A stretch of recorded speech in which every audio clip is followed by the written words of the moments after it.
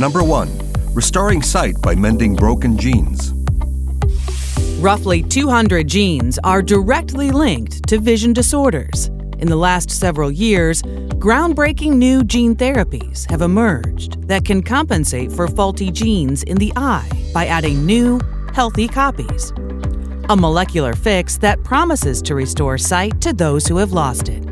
As remarkable as these new treatments are, they have important limits.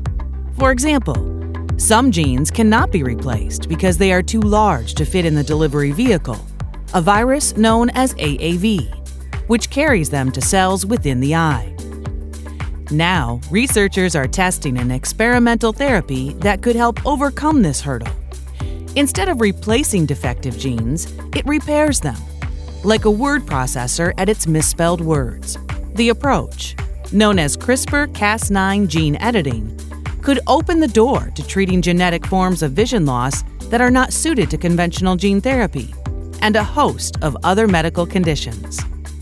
A clinical trial is now underway to evaluate a CRISPR-Cas9 gene editing therapy for a severe form of childhood blindness known as Leber congenital amaurosis type 10. The condition is caused by mutations in a large gene called CEP290. Currently, there are no treatments. Although this treatment is still experimental, it's already historic. It is the first medicine based on CRISPR-Cas9 to be delivered in vivo, or inside a patient's body.